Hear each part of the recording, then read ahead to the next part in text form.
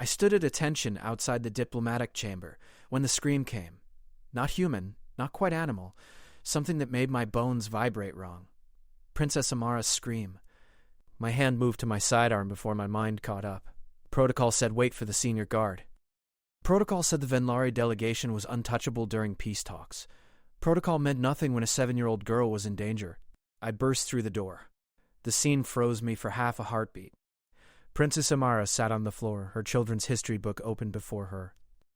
The Venlari queen. 8 feet of chitinous armor and 4 arms folded in what I'd learned meant contemplation, loomed over her. The queen's translator drones hovered silent.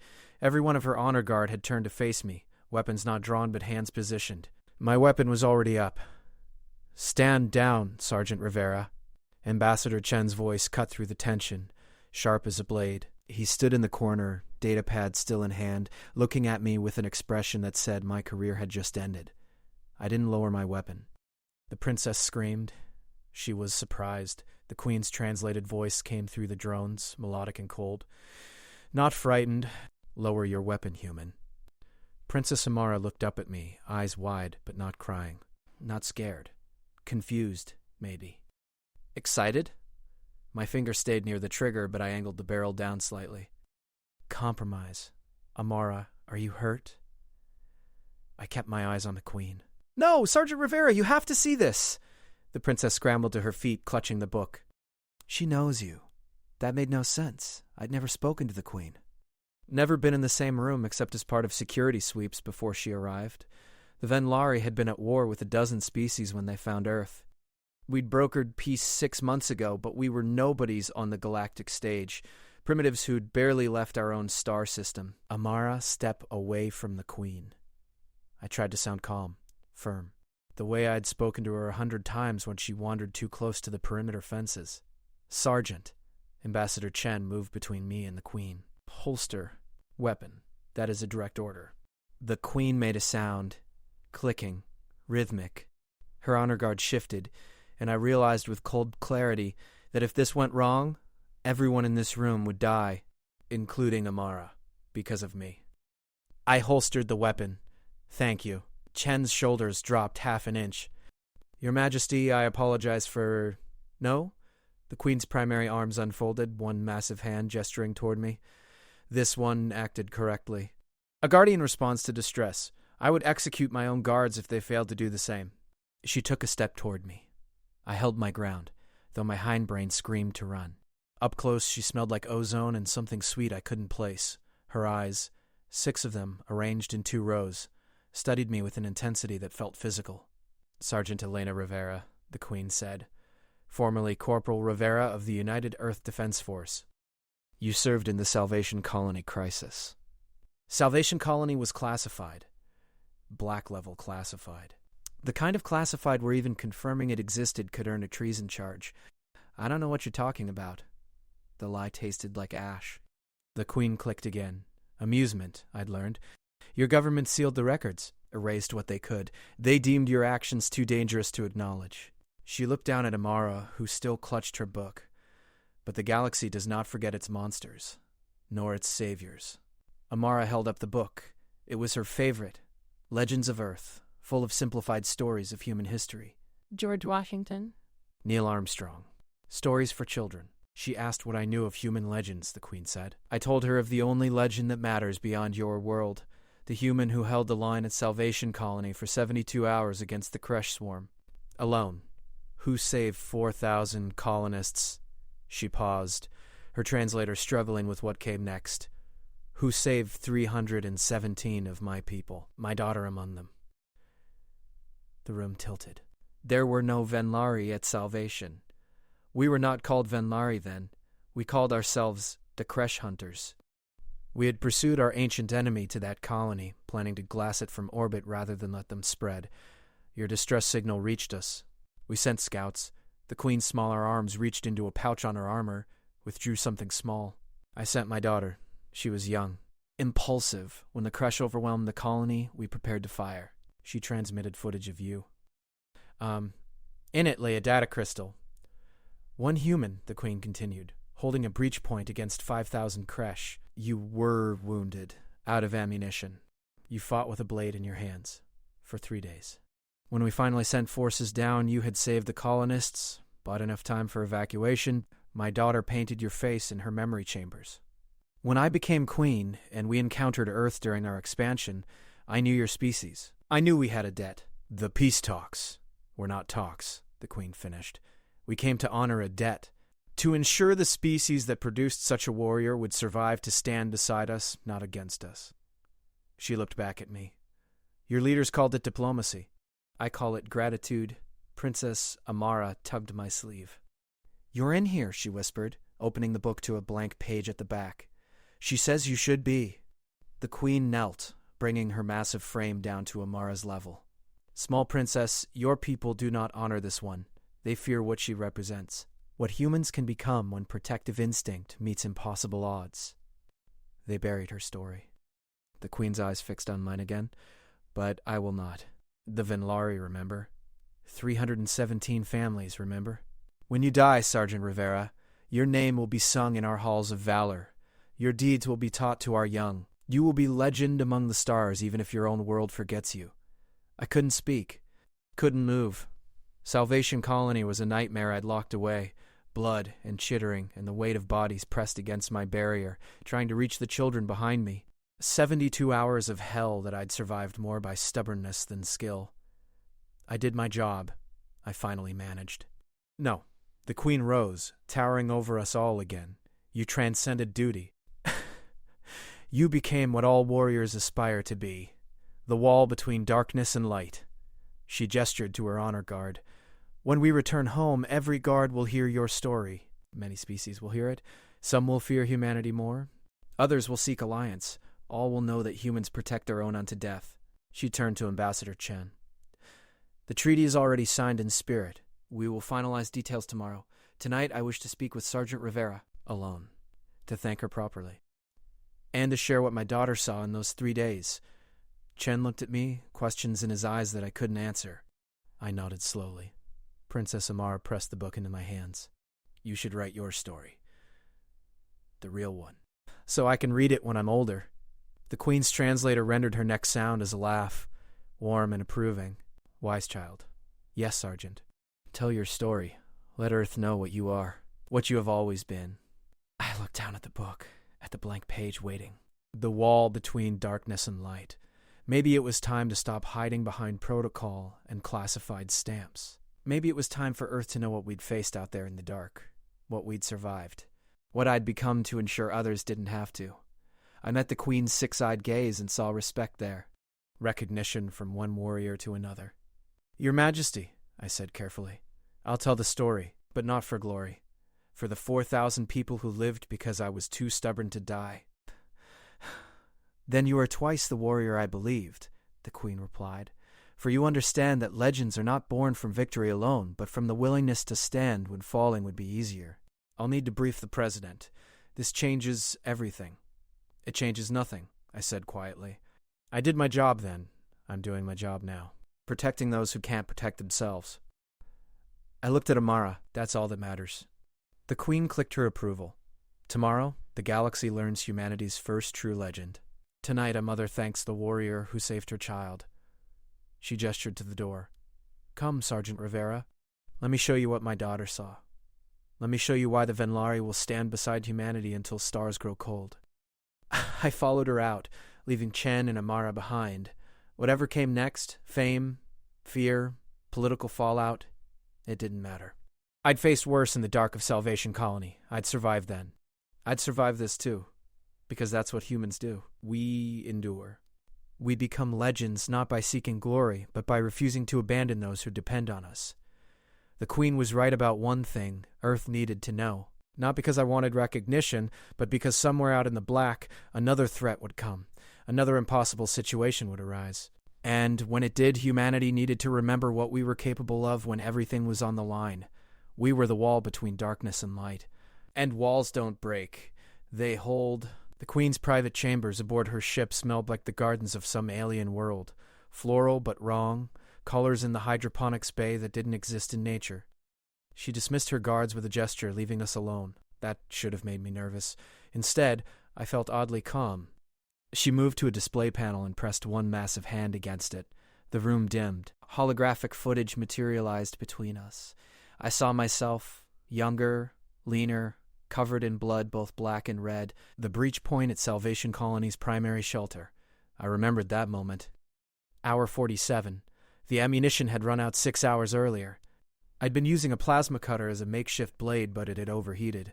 In the footage, I swung a piece of debris, structural beam maybe, at the oncoming crash. "This is when my daughter arrived," the Queen said softly. "She was supposed to be scouting."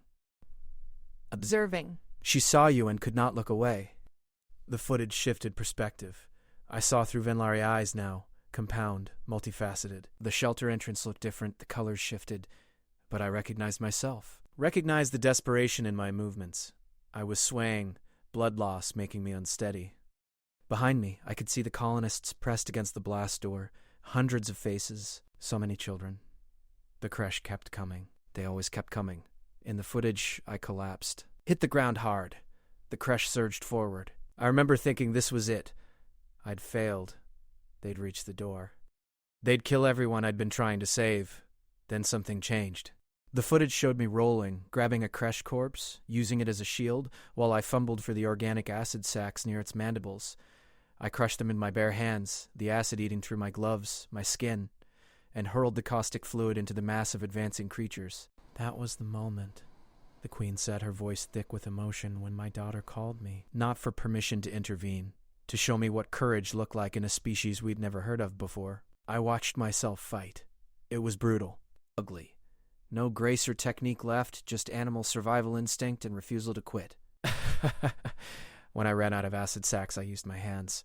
When my hands wouldn't close anymore, I used my body as a barrier. The footage showed me wedged in the breach, armored with crushed corpses, still moving when I should have been dead 10 times over. How long did I couldn't finish the question. 14 more hours after this footage began, my daughter defied my orders and landed her scout ship. She used its weapons to clear the immediate area around you. You kept fighting even then. You thought her ship was another threat. When you finally collapsed, she pulled you from the breach personally. The Queen's smaller arms trembled. You tried to fight her too. Even unconscious, your body kept trying to protect those behind you. The hologram shifted again. I saw myself in what must have been the Venlari ship's medical bay, alien equipment attached to my broken body. A younger Venlari, smaller than the Queen, but still massive by human standards, stood over me. She was clicking rhythmically, urgently. "She is saying, 'Do not die, small warrior,'" the Queen translated, though her daughter's words had been spoken years ago. "Do not die before your people know what you are." The Queen paused. "She sat with you for 6 days while our physicians tried to save your life. When you finally woke, the first thing you said was, 'Did the children survive?' Not, 'Where am I?' or 'What are you?' You asked about the children." I remembered, sort of. The memories from after the collapse were hazy, drugged maybe, or my brain protecting itself from trauma. My daughter brought you water, fed you, against all protocol. When we returned you to your people, she marked herself with your symbol. The Queen touched her chest plate, where a human handprint had been etched into the armor. She told me, "This species will change the galaxy. We must ensure they survive to do so." "Where is she now?" I asked quietly. The Queen's translator went silent for a long moment. When it spoke again, the words came slowly. "She died 2 years ago, leading a rescue operation on a civilian station under attack. She held a breach point against overwhelming odds to save those trapped inside." The Queen's eyes all focused on me at once. "She held it for 70 hours. Alone. Because you showed her how." My throat closed. "I'm sorry." "She died as a warrior should, protecting those who could not protect themselves. She died honoring the lesson you taught her." The Queen's primary arms spread wide. 317 of my people survived Salvation Colony because you held the line. Hundreds more survived the station attack because my daughter remembered your courage. Your legacy lives in every life they touched afterward. Every child they had, every deed they performed. The weight of it settled on my shoulders. Heavier than the armor I'd worn at Salvation, heavier than the bodies I'd stacked to make my wall. "I didn't do it for legacy," I said. "I did it because they were people, because nobody else was there to help them." "I know. That is precisely why your legend matters." The Queen deactivated the hologram. Heroes who seek glory are dangerous. They take risks that endanger others for recognition.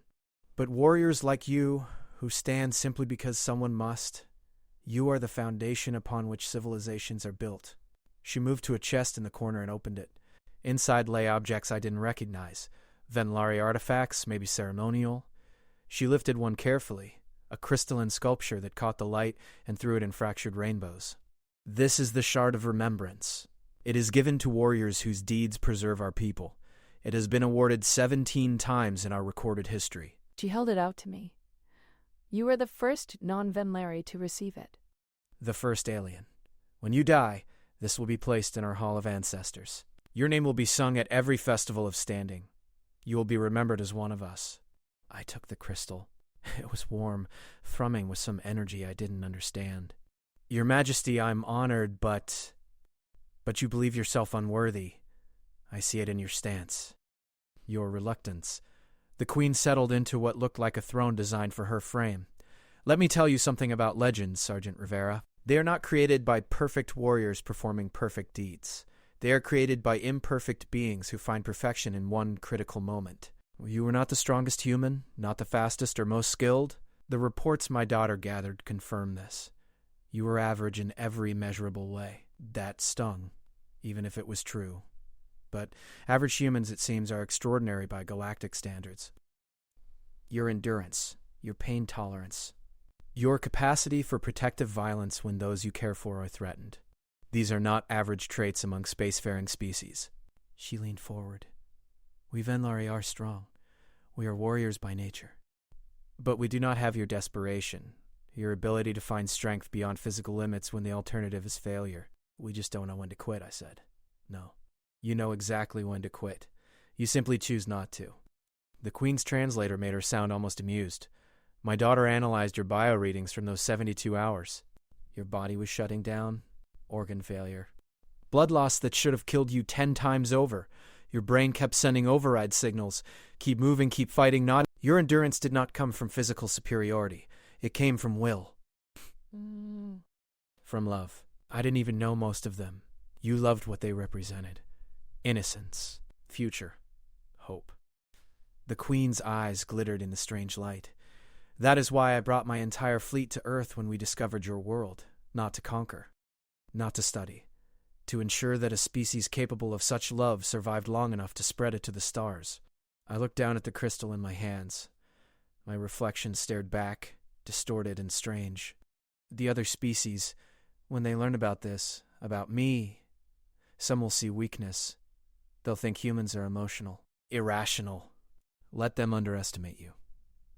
The Queen rose from her throne. Those who mistake compassion for weakness do not survive their first encounter with a protective human. You are proof of that. She moved to the viewport.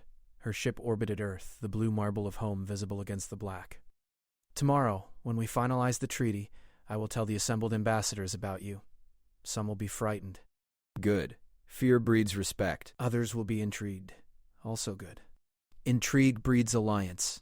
A few will scheme, believing they can exploit or manipulate humanity. Those will learn the hard way what happens when you threaten something a human considers worth protecting. You're making us sound like weapons. You are weapons.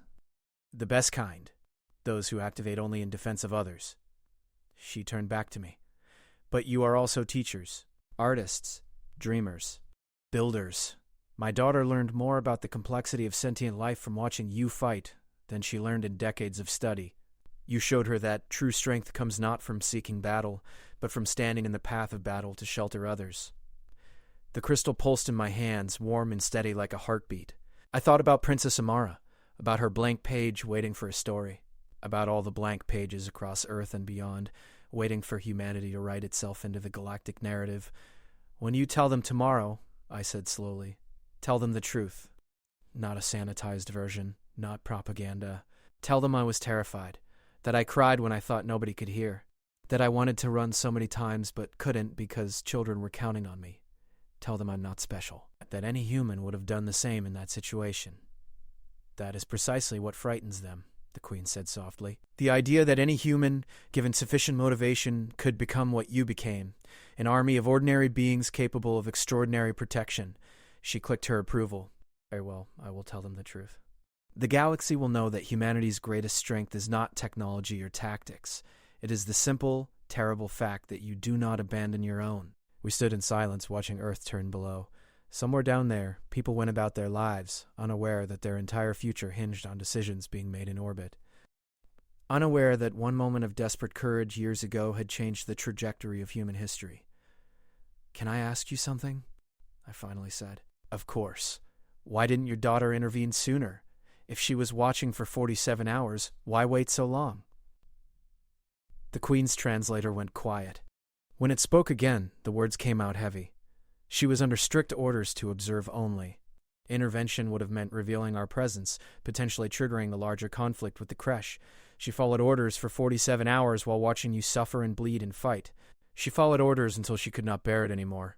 Then she chose you over duty. She saved my life. You saved hers first. Not physically. She was never in danger. But you saved something more important. You showed her what matters when orders and ethics collide. When rules and righteousness diverge, she learned that day that true honor sometimes requires disobedience. The Queen's voice dropped. That lesson made her a better leader, a better mother, a better warrior. When she held her own breach point years later, she was not following orders. She was following your example. The weight of that settled over me like a cloak. I'd inspired someone I'd never met to sacrifice herself for others. The chain of protection extended forward and back through time, links of courage and refusal to yield connecting strangers across species and stars.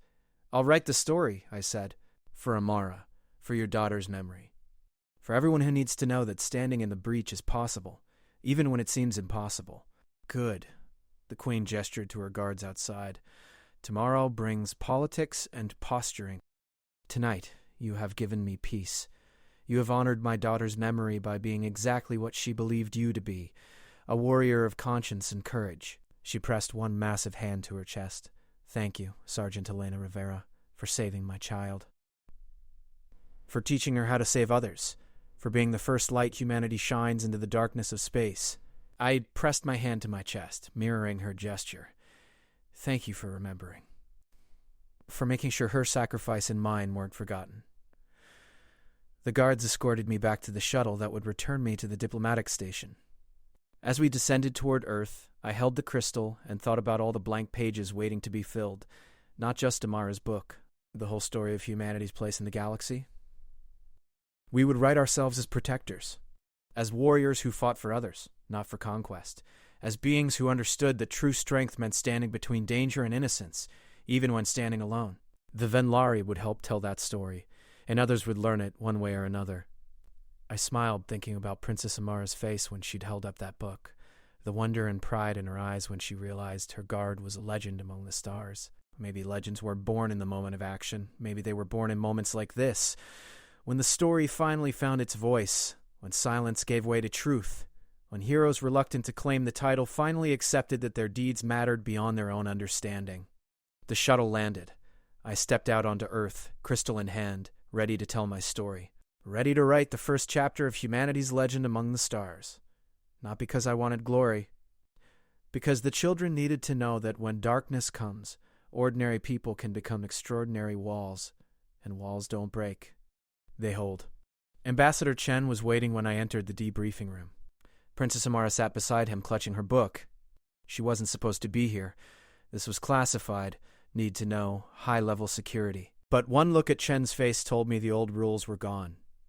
"Sit," he said, gesturing to the chair across from him. I sat, placing the crystal on the table between us. It caught the overhead lights and scattered rainbows across the walls. Amara's eyes went wide. "The President wants you in Washington within the hour," Chen began.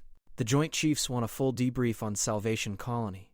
Intelligence wants every detail of your interaction with the Venlari Queen. Medical wants to understand how you survived injuries that should have killed you." He paused. "And Public Relations wants to prepare a statement before the Queen speaks tomorrow." "No." Chen blinked. "Excuse me?" "No sanitized version, no PR spin." I met his eyes. "The Queen is going to tell the truth. If Earth's government releases something different, we lose credibility. The Venlari will see it as dishonor. Other species will see it as weakness. Sergeant, you don't understand the political implications. I understand that the truth matters more than politics. I leaned forward. Sir, with respect, you weren't at Salvation Colony. You didn't see what I saw, what I became. If we're going to build relationships with alien species based on trust, we start by being honest about who we are and what we're capable of. She's right, Uncle Chen. The Queen said humans don't lie about important things. She said that's why she trusts us. Chen looked at her, then back at me. The Queen said that? She said humanity's defining trait is protective honesty. We tell hard truths to protect others from danger. I gestured to the crystal. She gave me this because I told her I wasn't special, because I admitted to fear and doubt. That honesty mattered more to her than false bravado. Chen was quiet for a long moment, his fingers drumming the table. Finally, he sighed. The president isn't going to like this. She just has to accept it. I straightened. Tomorrow, the Queen addresses the Galactic Assembly. She tells my story. Earth can either support that narrative or contradict it. But contradicting it means calling the Venlari Queen a liar in front of every major species in known space. I let that sink in. How do you think that plays out?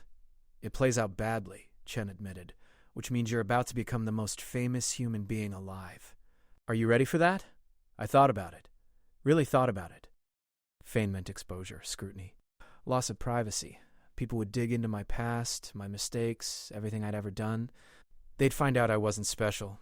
Just stubborn and lucky and too stupid to quit when I should have. But maybe that was the point. Maybe humanity needed to see that heroism didn't require perfection, just persistence. I'm ready, I said, but I have conditions. Chen raised an eyebrow. You're negotiating with the president of Earth? I'm setting boundaries. I held up one finger. First, no embellishment. The story gets told accurately. I was scared. I was hurt. I wanted to run. People need to know that courage doesn't mean fearlessness. It means acting despite fear. Chen nodded slowly. Agreed. Second, any recognition or honors get shared with the colonists who survived. They held together behind that blast door for 72 hours, listening to the fighting, not knowing if I'd fail. They deserve acknowledgement too. Reasonable. Third, I looked at Amara. Any children who want to hear the story get the truth, but age-appropriate. No sanitizing the violence, but no glorifying it either. They need to understand that fighting is the last resort when all other options are gone. That standing in the breach is about protection, not combat. Amara nodded seriously, like she understood the weight of it. Chen considered for a moment. I can work with those conditions. But, Rivera, he paused, choosing his words carefully. You need to understand that your life is about to change in ways you can't predict. Some people will see you as a hero. Others will see you as a weapon. Some will want to use your story for their own purposes. Political groups, military recruiters, even corporations looking for endorsements. Everyone will want a piece of you. Then they'll be disappointed, I said flatly. I'm not a symbol. I'm not a propaganda tool. I'm a soldier who did her job. Anyone who tries to make me into something else will find out exactly how stubborn humans can be. Fair enough. I'll relay your conditions to the president. He stood, then hesitated. For what it's worth, I'm glad the Queen chose to honor you. What you did at Salvation Colony, he shook his head. We should have recognized it years ago instead of burying it.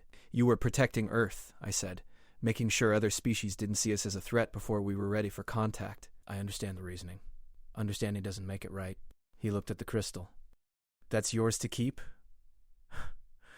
According to the Queen, it'll be placed in the Venlari Hall of Ancestors when I die. Then I suggest you live a long time. Give them something worth waiting for. He headed for the door, then stopped. The shuttle to Washington leaves in 40 minutes. Amara, you should... I'm staying with Sergeant Rivera until she leaves, Amara interrupted. Mom said I could.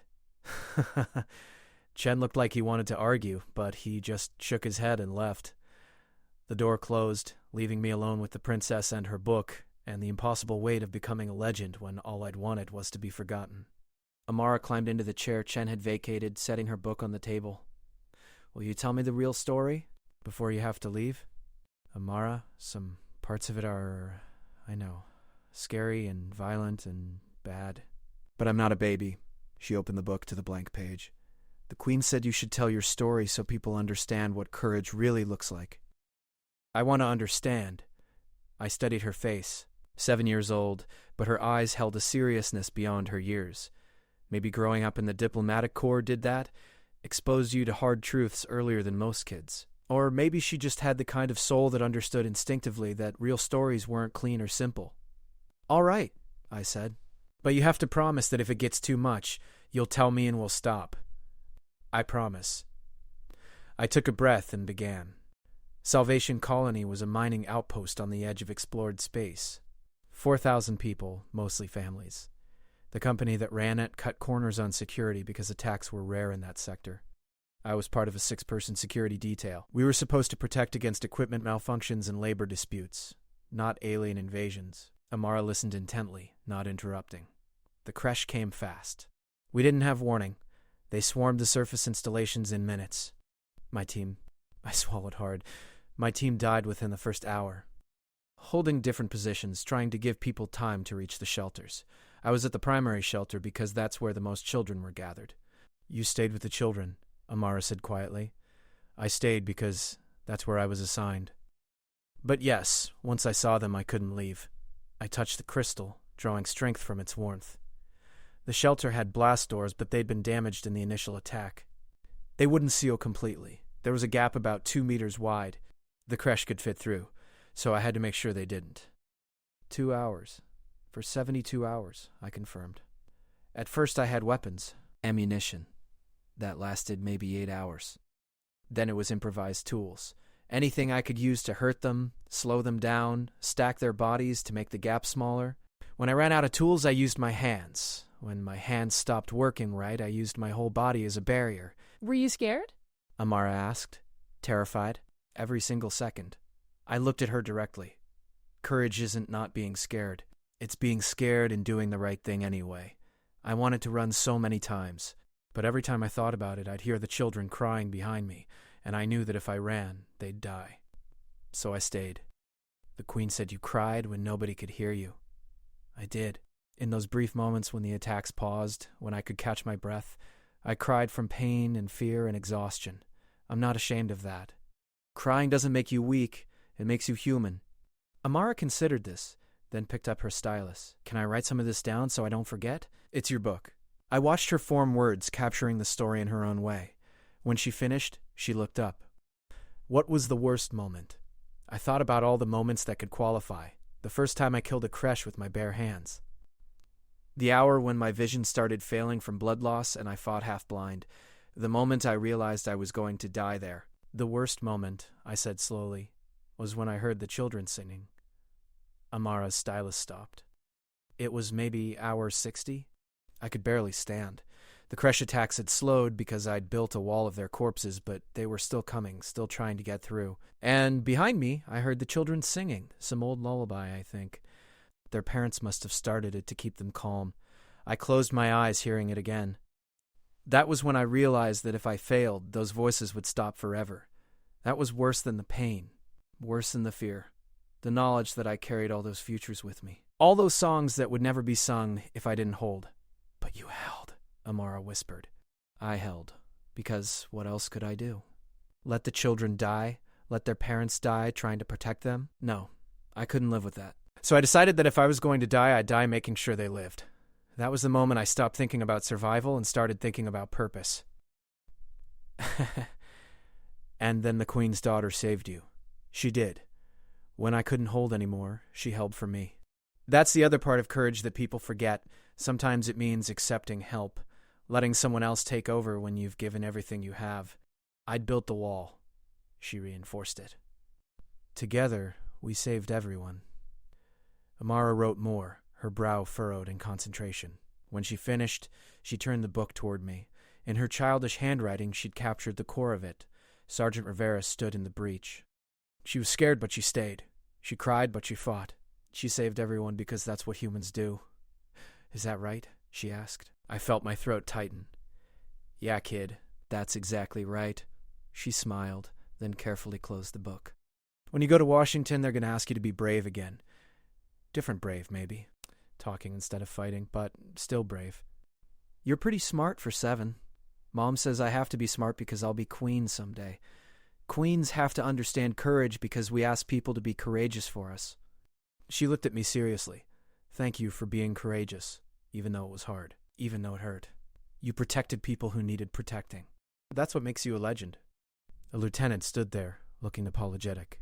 Sergeant Rivera, the shuttle is ready. I stood, picking up the crystal. Amara grabbed her book and walked with me to the door. Amara, I said, you're going to make a great queen someday. You already understand what matters. She hugged me quickly, then stepped back. Write more of the story when you can. I want to know what happens next. What happens next is I go talk to a bunch of politicians who are going to be very unhappy with me. Good, she said firmly. They should be. They hid your story when they should have honored it. Make them do better. I laughed to spite myself. Yes, ma'am. Below, Earth spun in its familiar patterns, unaware that tomorrow everything would change. The Venlari Queen would speak. My name would spread across the planet, then across the stars. The legend would take on life of its own, beyond my control or desire. But maybe that was okay. Maybe humanity needed legends that were real. Messy and scared and imperfect. Maybe we needed to see that ordinary people could do extraordinary things when the alternative was unacceptable. The crystal pulsed in my pocket, warm against my hip.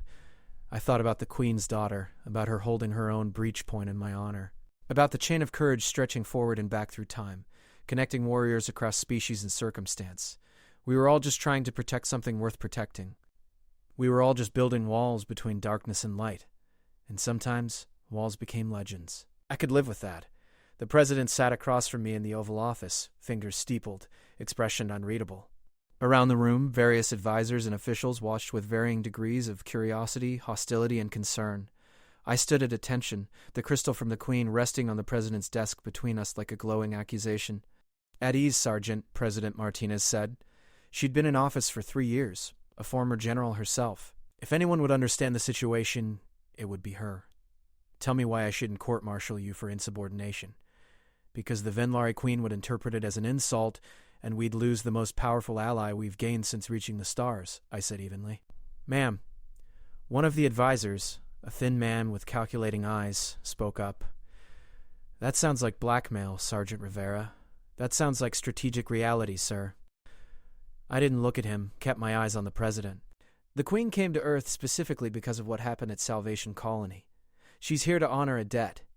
If we punish the person she's honoring, we're essentially telling her that her judgment is worthless, that her debt means nothing, that we don't value the same things she does.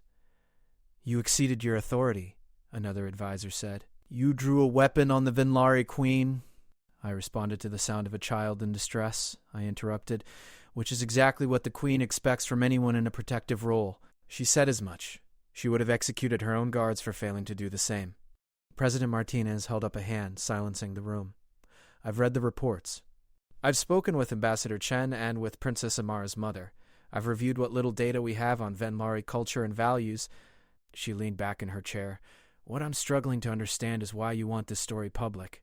You've spent years in the shadows, classified operations, no recognition. Now you're demanding we expose everything? I'm not demanding anything, ma'am. I'm stating facts. The Queen will speak tomorrow whether we cooperate or not. We can either support her version of events or contradict it. One path leads to stronger alliance. The other leads to distrust and political disaster. And it's pure coincidence that the path you're advocating happens to make you famous. The thin advisor again, voice dripping with skepticism. I turned to look at him directly. I don't want to be famous. I want to live quietly, do my job, and be left alone. But the Queen has decided my story matters to the galaxy's understanding of humanity. I can either fight that and create a diplomatic incident, or I can accept it and try to shape the narrative so it's truthful rather than propaganda. The president studied me for a long moment. What happened at Salvation Colony, Sergeant? In your own words. No reports, no sanitized versions. Just you. The room was silent, everyone waiting. I watched my entire team die in the first hour. I fell back to the primary shelter with the largest concentration of civilians, 4,000 people, roughly half of them children. The blast doors were damaged. I held the breach point alone for 72 hours against a Kresh swarm. I ran out of ammunition. I ran out of weapons. I ran out of everything except the refusal to let those people die. When I finally collapsed, a Venlari scout ship intervened, against orders, against protocol. The pilot's name was Tavara. She was the Queen's daughter. She saved my life and evacuated the colonists. And then we classified everything, the president said quietly. Yes, ma'am. First contact protocol. We didn't know who the Venlari were. Didn't know if revealing our presence would trigger a larger conflict. The colonists were relocated, their records sealed. My injuries were attributed to a training accident. The crash attack was officially an equipment malfunction. The whole thing disappeared, until now. Until the Queen arrived and recognized Earth. Until she asked to meet me. Until she gave me this, I gestured to the crystal and told me my name is sung in Venlari Halls of Valor. That I'm considered one of their greatest warriors despite being an alien. A human. A species they barely knew existed. President Martinez picked up the crystal, turning it in the light. Ambassador Chen says this is a sacred artifact, that only 17 have been awarded in recorded Venlari history. Yes, ma'am. And you're comfortable with that level of recognition? With becoming humanity's first interstellar legend? No, ma'am. I'm not comfortable with it at all. But comfort isn't the point. The point is that the Queen's judgment carries weight in galactic politics. If she says humanity is worth allying with because of what one scared soldier did on a forgotten colony, then other species will listen. They'll take us seriously. They'll see us as more than primitives who barely left their own star. The thin advisor scoffed. So we're supposed to build our entire diplomatic strategy around you? You're supposed to build it around truth, I said sharply. Around showing other species that humans value the same things the Venlari value. Protection of innocence, personal courage standing in the breach when it matters. I'm just the example the Queen chose to highlight. But there are millions of humans who would have done the same thing in that situation. That's the message. Not that I'm special. That we're all capable of extraordinary protection when someone vulnerable needs us. President Martinez set the crystal down. The Joint Chiefs want to study you, figure out how you survived injuries that should have killed you. See if we can replicate whatever allowed you to keep fighting past normal human limits. I'm willing to cooperate with medical studies, ma'am, but they won't find anything special. Adrenaline, stubbornness, and the absolute refusal to fail when children are depending on you, that's not something you can bottle or replicate. It's just human nature under extreme pressure. Some would call it insanity. An older general spoke from the corner. Fighting for 72 hours against impossible odds. Any rational person would have retreated, tried to find another solution. There was no other solution, sir. The colonists couldn't evacuate. The crash had surrounded the facility. They couldn't hide. The shelter was the only secure location. Someone had to hold the line, or everyone died. I was the only someone left. I met his eyes, and for the record, I did consider it insanity. Around hour 43, I became convinced I was already dead and in some kind of hell, but the children were still crying behind me, so I kept fighting. Sane or insane didn't matter. Results mattered. The room fell quiet. President Martinez stood, walked to the window overlooking the lawn. Tomorrow the Queen addresses the Galactic Assembly. Every major species will hear her. If she praises humanity through your story, we rise in status overnight. We become known quantities, respected, maybe feared. Other species will seek alliance or avoid conflict. Yes, ma'am. And if we try to downplay it, if we contradict her story or hide you away, we insult her publicly. We lose the Venlari alliance and look weak to everyone else. That's my assessment, ma'am. She turned back to face me.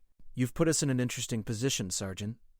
Accidentally or intentionally, you've made yourself indispensable to Earth's diplomatic future. I just did my job, ma'am. Everything else is consequences I didn't ask for and don't particularly want. But you'll accept them. I'll do my duty, ma'am, whatever that requires. President Martinez smiled slightly. Chen said you were stubborn. I see what he means. She returned to her desk, pressed a button on the intercom. Send in the PR team, and get me the Secretary of State. She looked at me. You're about to become the face of humanity to the galaxy, Sergeant Rivera. We're going to make sure you're prepared for it. Media training, speech preparation, wardrobe consultations, security briefings. They wanted to put me in formal dress uniform, cover me in medals I'd never earned in official capacity. I refused. If I was going to be a symbol, I'd be an honest one. Standard duty uniform, the gear I'd worn every day for years. The only addition was the crystal, which I wore on a chain around my neck. They coached me on how to speak to cameras, how to handle hostile questions, how to deflect and redirect. I listened politely and then told them I'd speak plainly and truthfully, the same way I'd speak to anyone. The PR director looked like she wanted to argue, but President Martinez shook her head. Let her be herself. That's what resonates with Venlari. That's what will resonate with everyone else. They put me in a secure room in the White House, told me to get some sleep. I lay in a bed too comfortable, staring at the ceiling, thinking about how wrong this all felt. I wasn't a diplomat, wasn't a politician.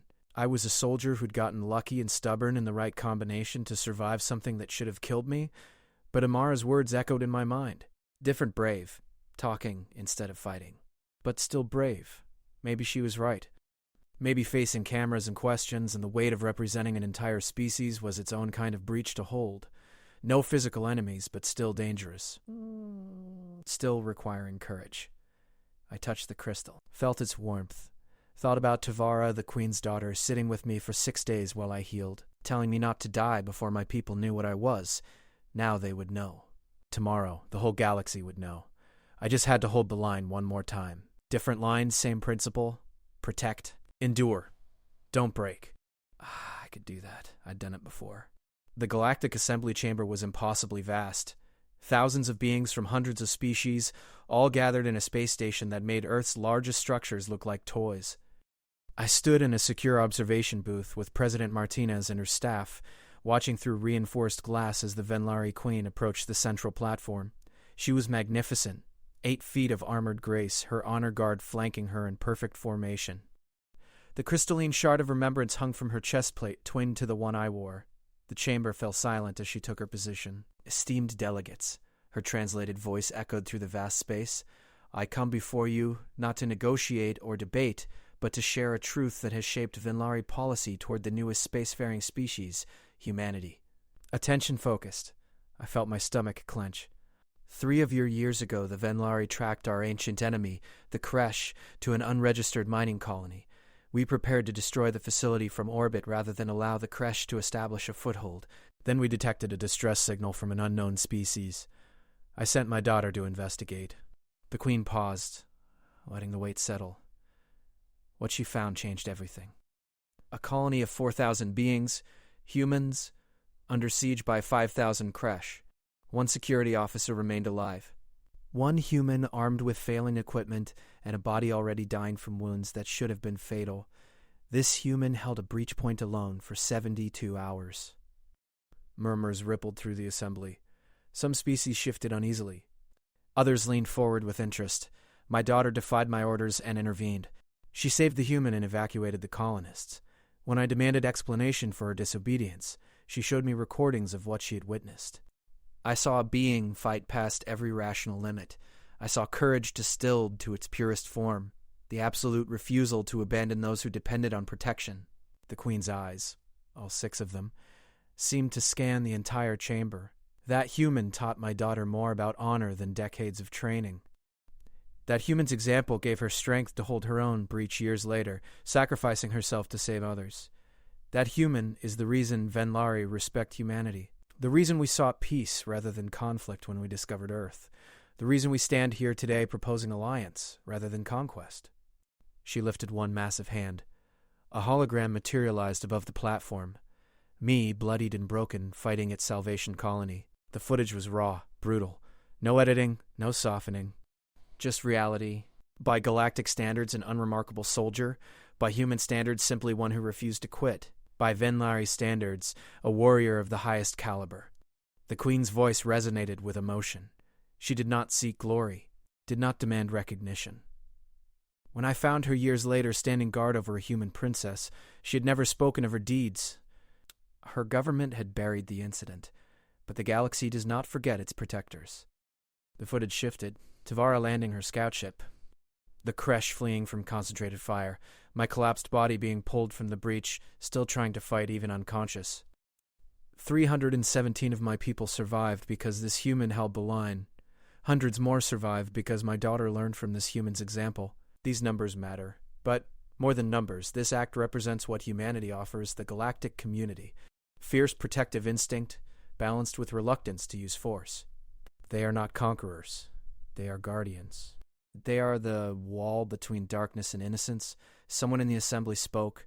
A species I didn't recognize, voice harsh and skeptical through translation. You would have us believe one incident defines an entire species? This is sentiment, not policy. You mistake my intent. I do not claim all humans are warriors. I claim that when threatened, when protecting those they care for, humans access reserves of strength that defy logic. This is documented across their history. It is genetic, psychological, cultural, woven into their species' identity. Any human, given sufficient motivation, can become what Sergeant Rivera became. That sounds like a threat, another voice called out. It is a statement of fact, the Queen replied calmly. Humans are not aggressive conquerors, but they are formidable defenders. Species who understand this distinction will find them valuable allies. Species who mistake their compassion for weakness will learn expensive lessons. She paused. I suggest the former approach. The chamber erupted in chatter. Some species seemed intrigued. Others alarmed. A few predatory species, I guessed from their body language, looked calculating, already gaming out how to exploit or avoid this new player. President Martinez leaned toward me. She's painting a target on us, making humanity sound simultaneously valuable and dangerous. She's telling the truth, I said quietly. Both parts of it. We don't seek conflict, but we'll end threats to protect our own. That's not a target, it's a boundary. The Queen raised her hand again, calling for silence. I have invited Sergeant Rivera here today. With her permission, she will speak briefly. I ask that you listen as you would to any warrior deserving respect. My heart stopped. She what? You didn't tell her? President Martinez turned to her chief of staff. The request came through 20 minutes ago. There wasn't time. Get her down there, the president ordered. Now. 2 security officers grabbed my arms, already moving me toward the transport that would take me to the main chamber. I had maybe 90 seconds to figure out what to say. No prepared speech. No coached responses. Just me and several thousand aliens waiting to judge humanity based on my words. Different brave, I thought. Same principle. Hold the line. The transport deposited me on a platform that rose toward the Queen. She turned as I approached, her expression unreadable. When I reached her level, she touched her chest in salute. I returned the gesture. I did not ask your permission, she said softly. For my ears only. A warrior should not need permission to speak truth. Forgive the presumption. Nothing to forgive, Your Majesty, though a warning would have been nice. Her translator rendered a sound that might have been amusement. Then she stepped aside, leaving me alone at the center of the platform. Thousands of eyes, sensors, and attention equivalents focused on me, the human. The legend. The wall. I cleared my throat. The chamber's audio systems amplified it, made it echo. Great. I'm not a diplomat, I began. I'm not a politician or a speaker. I'm a soldier. So I'll speak plainly. Everything the Queen told you about Salvation Colony is true. I held a breach point for 72 hours because 4,000 people, half of them children, had no one else. I didn't do it for glory. Didn't do it for recognition. I did it because the alternative was unacceptable. I let that settle, then continued. The Queen says I represent humanity. Maybe I do. In one specific way. We're stubborn. When something matters, really matters, we don't quit. We don't calculate odds and surrender when the math looks bad. We fight past logic, past reason, past physical limits, not because we're warlike, because we're protective. A delegate from a crystalline species spoke up, voice chiming like bells. You claim this makes humans peaceful? Your history suggests otherwise. Our history shows we're capable of terrible violence, I agreed. But context matters. We fight among ourselves when we fail to protect each other's needs. We fight outsiders when they threaten what we care about. Show us you're not a threat, that you respect what we protect, and we're the most loyal allies you'll find. Threaten our children, our families, our homes? We become exactly what the Queen described. Walls that don't break. That sounds like a warning. Someone called out. It's a promise, I said firmly. Humanity doesn't want to conquer the galaxy. We want to be part of it. We want to trade, learn, share, grow. But we won't be victims. We won't stand by while innocents suffer. And we won't apologize for protecting what matters. I touched the crystal at my neck. The Queen honored me because I proved humans will hold the line even when it kills us. I'm here to tell you that I'm not unique. Any human in that situation would have done the same. That's who we are. Then the Queen spoke. Are there questions for Sergeant Rivera? A quadrupedal being with too many eyes raised an appendage? How do you decide what deserves protection? Who qualifies as innocent? Anyone who isn't actively trying to hurt someone else, I answered. Children always. Civilians always. Even enemies, once they surrender or stop fighting. We draw lines, but they're about behavior, not species or status. And if protecting one group means harming another, this from a reptilian delegate with scales that shifted colors, then we try to find another way. We're not monsters. We don't kill unless there's no other choice. I thought about the crash at Salvation. But when there's no other choice, when it's truly them or us, we do what's necessary. Then we carry that weight for the rest of our lives. You sound conflicted, someone observed. Because I am. Violence should conflict with our values. The moment it becomes easy is the moment we lose what makes us worth protecting. I looked around the chamber. I killed thousands of Kresh at Salvation Colony. I see their faces when I sleep. I hear the sounds. It haunts me. But I'd do it again because the alternative was worse. That's the difference. We feel the cost. We don't glorify it. The questions continued for another 20 minutes. Some hostile, some curious, some genuinely trying to understand. I answered honestly, without filter or political calculation. Let them see a human being, flawed, uncertain, but committed to core values. Finally, the Queen called an end to it. You have heard from humanity's first legend. You have seen what one human achieved alone. Imagine what humanity might achieve as our allies. Or what they might do if forced to stand against us. She turned to me. Thank you, Sergeant Rivera. You have honored my daughter's memory and given the galaxy much to consider. I saluted her, then turned and left the platform. My legs shook as the transport took me back to the observation booth. President Martinez met me at the door. That was... She paused, searching for words. Either brilliant or disastrous. I can't tell yet. However it plays out, at least they know who we really are. The president looked back at the chamber, where delegates were already breaking into urgent discussions. I think you just changed the course of human history, Sergeant. I just tried not to screw it up. She smiled slightly. Well, you've got about 6 hours before every news outlet on Earth wants interviews. I suggest you prepare. I groaned.